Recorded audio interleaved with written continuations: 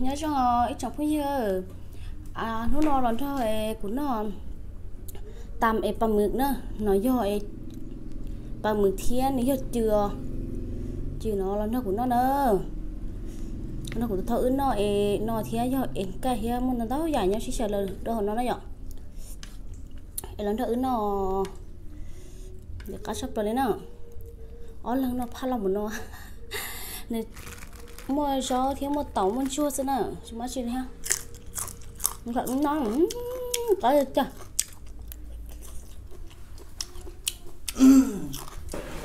ở giống như nó nói chặt tem tiết tiết rồi đầu tiết tiết là ta nó đầu tiết tiết ta nó gì thốn ba vậy của trên sáu nọ tôi còn đâu còn con cả nó là thế chặt tem như thế nào nó giống như nào nó không đủ trâu rồi thôi chỉ bỏ kẻ nó sẽ chặt và chỉ bỏ làm bỏ này kìa đó nó tầm luôn đó vậy thằng cũng trừ thằng ba mực thằng yên cay chứ nó đây ban đầu mà nó rồi nó có thua kia nó ban đầu đâu nó chặt vào tẹt chi chứ nữa nè không tầm mực đấy chưa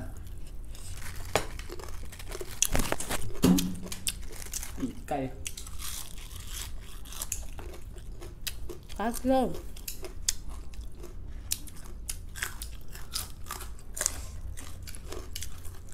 ở đây trồng gì nữa nó gì nó còn chỉ nhau kia nữa chúc bà thương nó còn thuộc kia nè tôi chỉ có thổ đồ ông cái gì đã cá làตัวนอกตรงนี้ใช่ด้วย มัน医院体奥体上那点，然后领导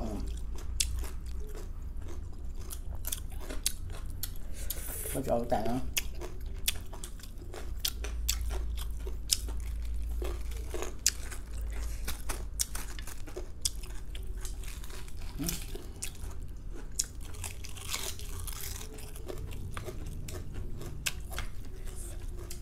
好的。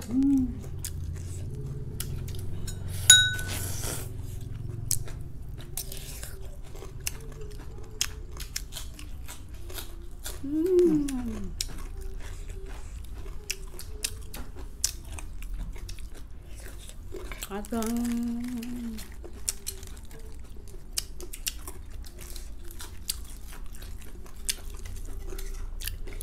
nó là chỉ nhau kia nó bên đâu rồi.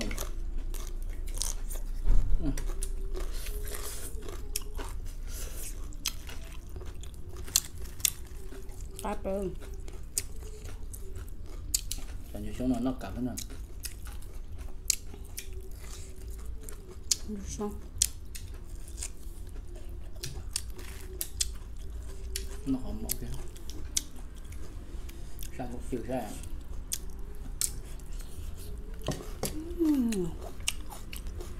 Ba tầng. Ba mỡ.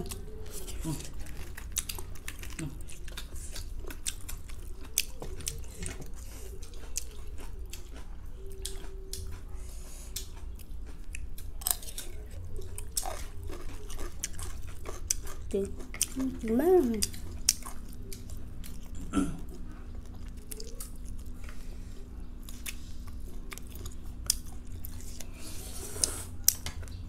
Cù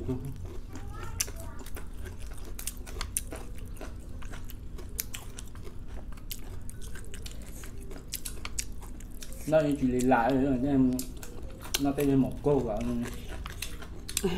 ta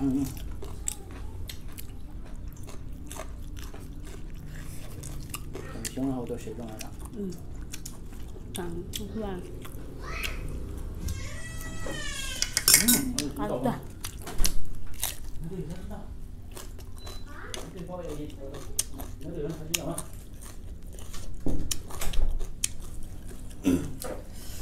Ôi giờ ta hành xíu tàu chỉ sẽ tông trên tàu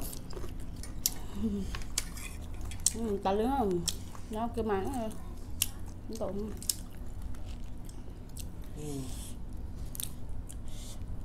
cái là còn đông gì chứ cho nó một ký nó là phá cho nó để in cái này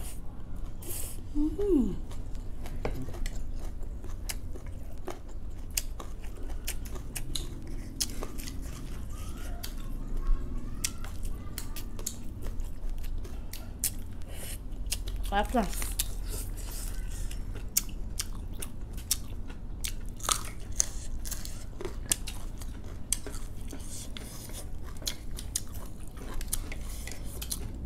súp nám còn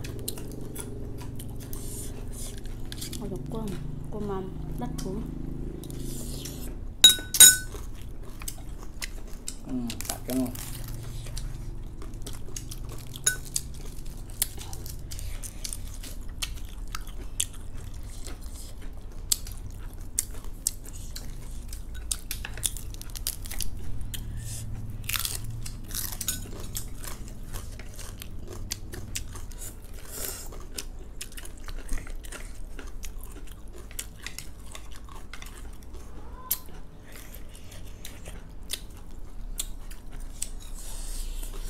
có mắc xinh nè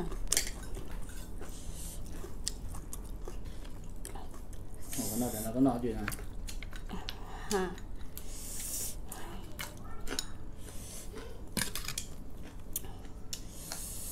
à tê luôn hai chúng cá tô lá xí tê luôn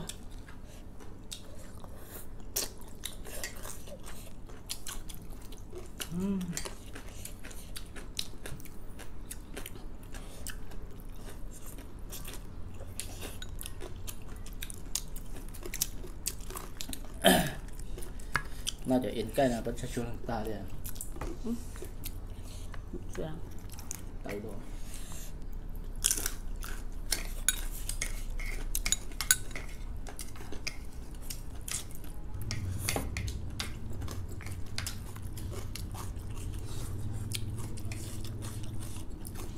đầu tiên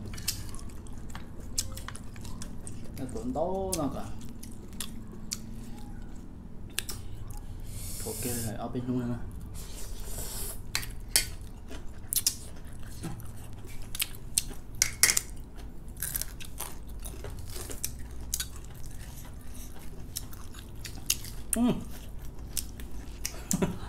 đọt tê hơn nó xấu hơn rồi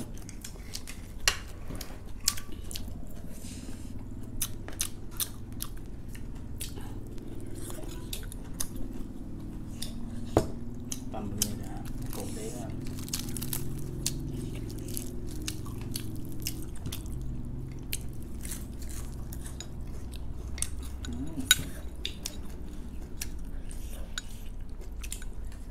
nó đi cầu lo sống tuần luôn chưa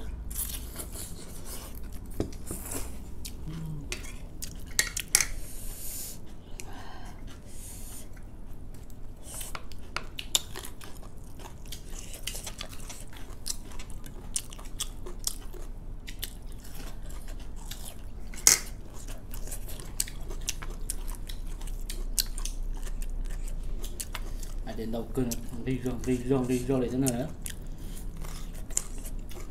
có con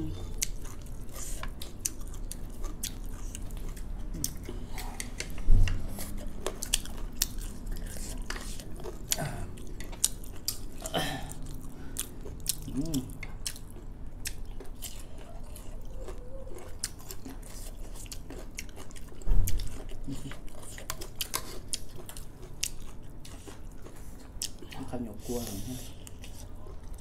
ha để lo sòng qua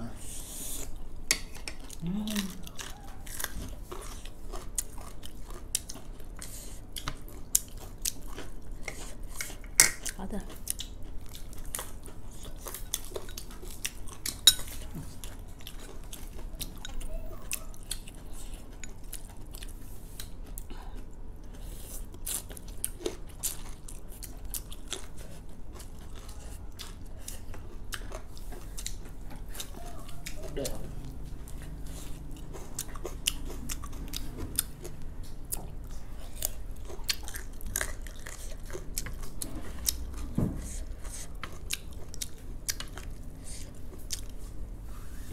Bầm mực ăn đi.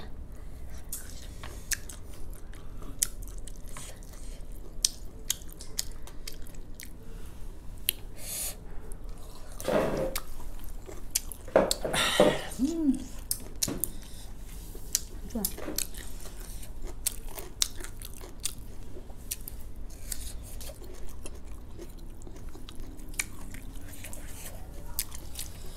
Ôi giời.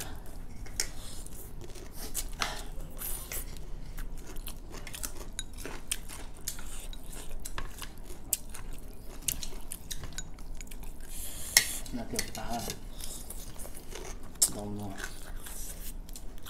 Có luôn.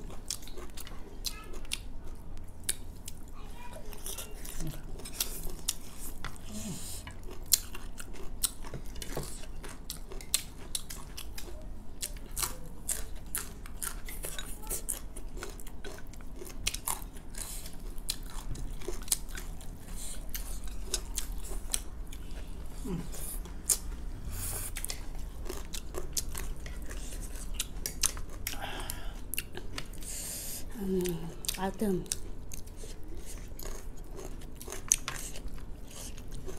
Tập bấm. Taruh dia.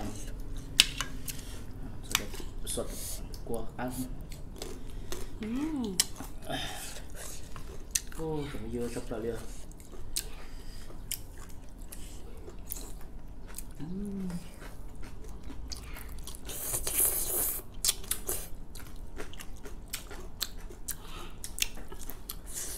Chưa?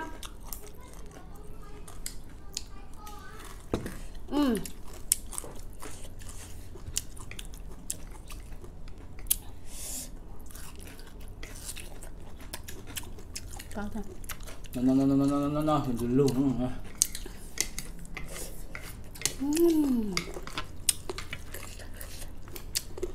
Có cái lép bông hả? Aku tahu aku tidak sure.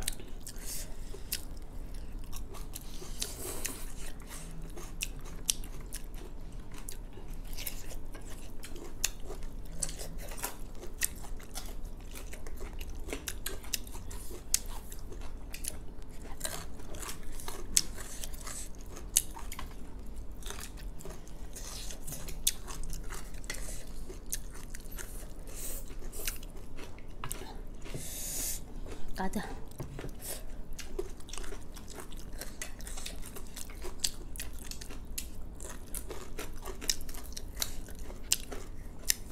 Tôi lồng thôi.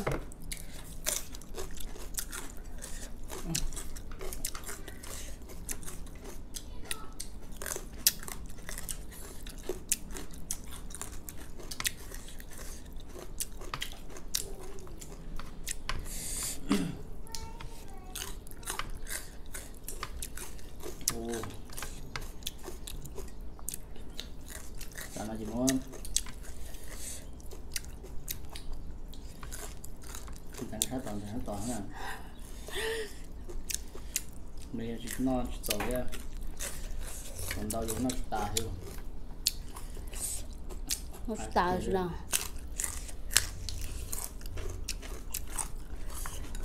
Đậu phải không?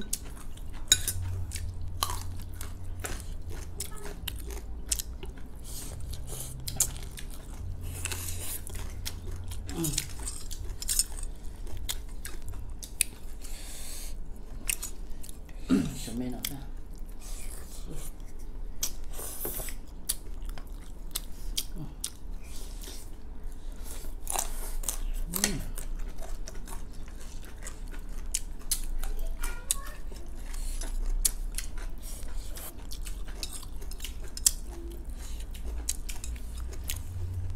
Thì đó cá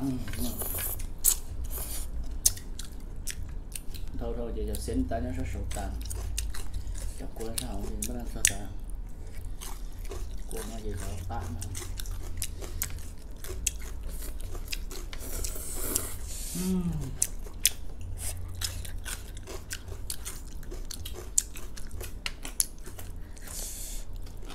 Cá thôi.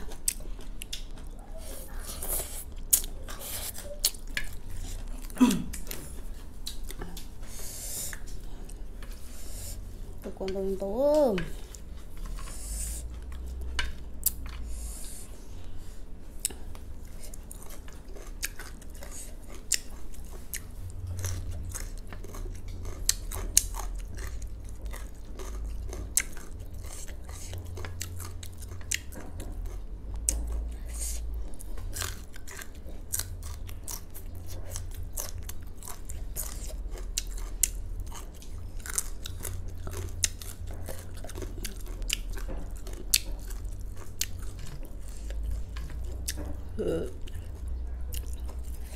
Atau lah.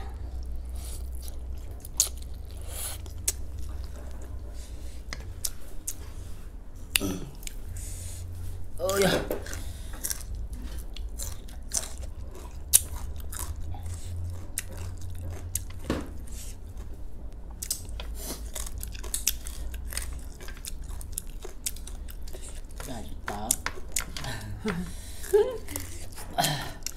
Nó phải xí lần nữa thôi.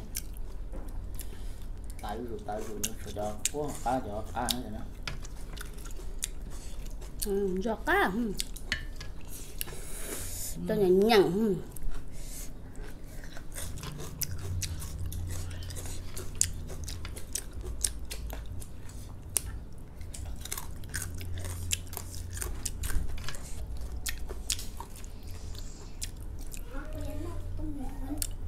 Đưa vào cái nào?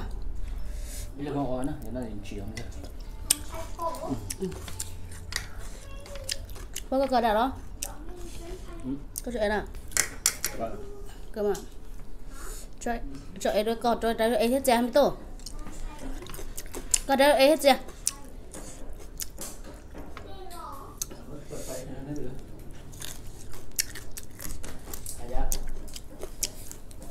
Hả? Cái gì? Ăn.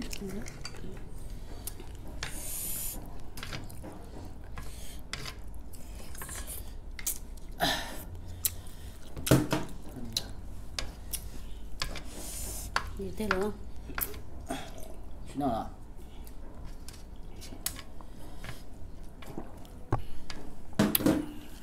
không nó rồi à?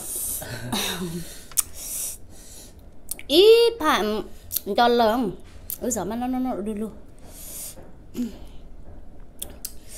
Nó là gì?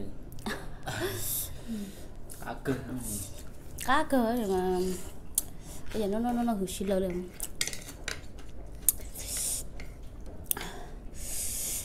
Ăn đi tiêu luôn. Cái xe chở cuốn là như bó tiệc cá lò cá một cha nhận tổng.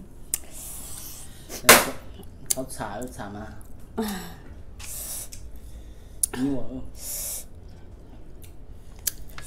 Ô cá đi tiêu. Nó sao? Khẩn hú thế. Cho nên nó chúa tay đấy hết rồi, thế sẵn như nào. Thế nhưng mà cá nhân trộn thế nào là dạy. Cá đi tiêu luôn. Rồi chắc mà chả cú thôi đó, chả cú chèo đâu dù khí không khí nào. Vậy hả? Cá đi tiêu chơi đa lì rồi. Còn chỗ này em nói được họ chỉ to xỉa.